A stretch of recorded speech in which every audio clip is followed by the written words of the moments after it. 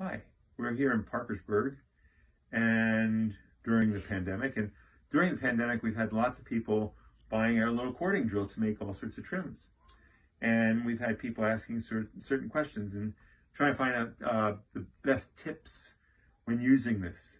So one of the biggest tips that we've come up with is when you're using this, you first of all you want to take these two fingers and put them where the indentations are over here, and your thumb, and use that on the back there. So you're using 3 fingers there, and then you just twist it like this.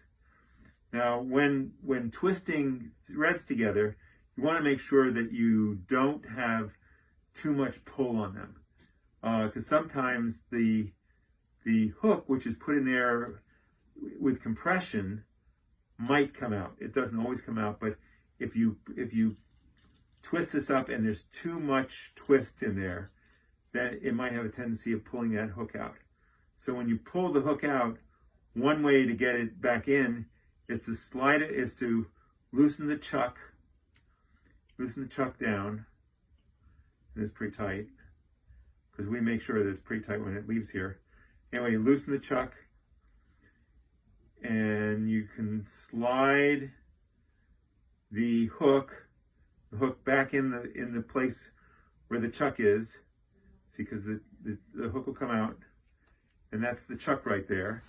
You can see the chuck. So you put the chuck down there, and because when the hook is put in there, see, it's going right in between those compression pieces, and what the chuck does, it tightens that.